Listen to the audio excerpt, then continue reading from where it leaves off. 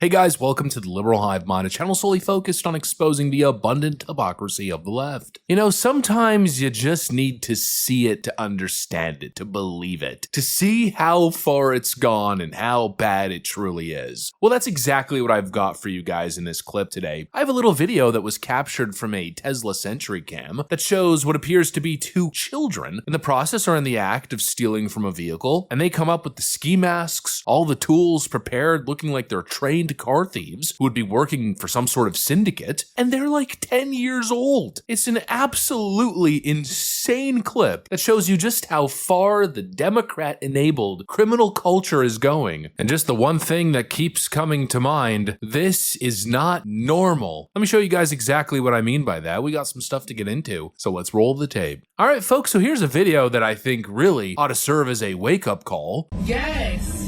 They have gloves on and everything. These bad. Why aren't y'all at school? There goes the police.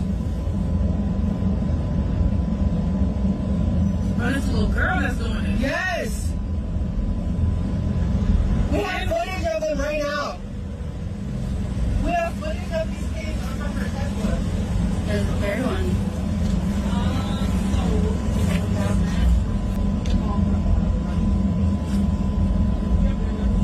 You got two kids, children, I mean literally children, popping up and smashing windows, ski masks on, trained criminals in miniature form. We're currently seeing an epidemic of little gangsters running amok. It's absolutely shocking, but the most shocking and frustrating element of this is that video that I showed you guys isn't some isolated situation. In Democrat cities across the country, you've got elementary schoolers, for Pete's sake, committing the crimes of hardened criminals, whether it's stealing goods out of cars or stealing the car itself, all the way up to armed carjackings. It's simply gotten out of control. We're learning more about a string of robberies, assaults, and carjackings last week in the district. Take a look at this map. Police say 5 teenagers were involved in a total of 13 cases between last Monday and Friday. The spree ended when the teens crashed one of the vehicles they allegedly carjacked near the Veterans Affairs Hospital on Irving Street in Northwest. Over DC with guns, robbing people's cars at gunpoint. And we're all supposed to pretend as if this is normal. Throughout the pandemic, we saw the rise of the phenomenon known as the Kia Boys, which again was happening all over Democrat cities. A 44-minute documentary showcasing a group of young men allegedly stealing Kias and Hyundais across Connecticut. Go get you any flat hat, any USB cord, and go get you any car you want. The trend started on social media back in 2021, originating in Milwaukee. Then it hit the rest of the Midwest and the Northeast the hardest. It's really been fed by social media, by teenagers seeing other teenagers steal a car and then shoot video themselves. So last year, the company created a software upgrade for those models. If you're a Kia or a Hyundai owner and you have a model from 2011 to 2021, go get that software update at your local dealership. Even in these videos, the Kia Boys admit that in some cases, it's stopping them.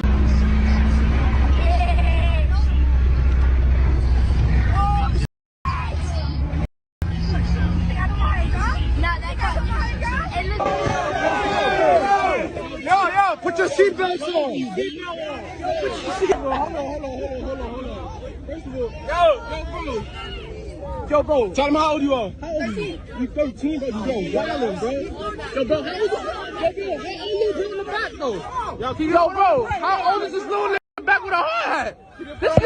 We got viral clips of, again, children driving extremely fast and recklessly in residential neighborhoods as if it's some sort of game. And obviously all of this comes downstream from the culture. It all has to do with thug culture. But if you mention it, if you criticize it, if you dare to mention how the glorification of gang violence and criminal behavior has been turned into some twisted, desired aesthetic, you're somehow a racist, right? Yeah, then you become the problem. Enough. We're currently living through a cultural crisis, and the people enabling it are the Democrats. the bleeding heart liberals, who at every point in turn justify the violence, shove the issue under a rug, tell you there's nothing you could do about it, shift the blame, it's nobody's fault, it's the CIA's fault, it's the country's racist history's fault. It's absolute moral cowardice. That's the way I view it. Instead of confronting the cultural crisis, they gaslight you. They tell you that noticing a pattern makes you the problem. You're the racist for pointing out facts. You're the racist for saying that this type of stuff is not normal. You're villainizing subgroups, right? Democrats basically say, get out of the way, we got this. You're part of the problem, you're making it worse. Then what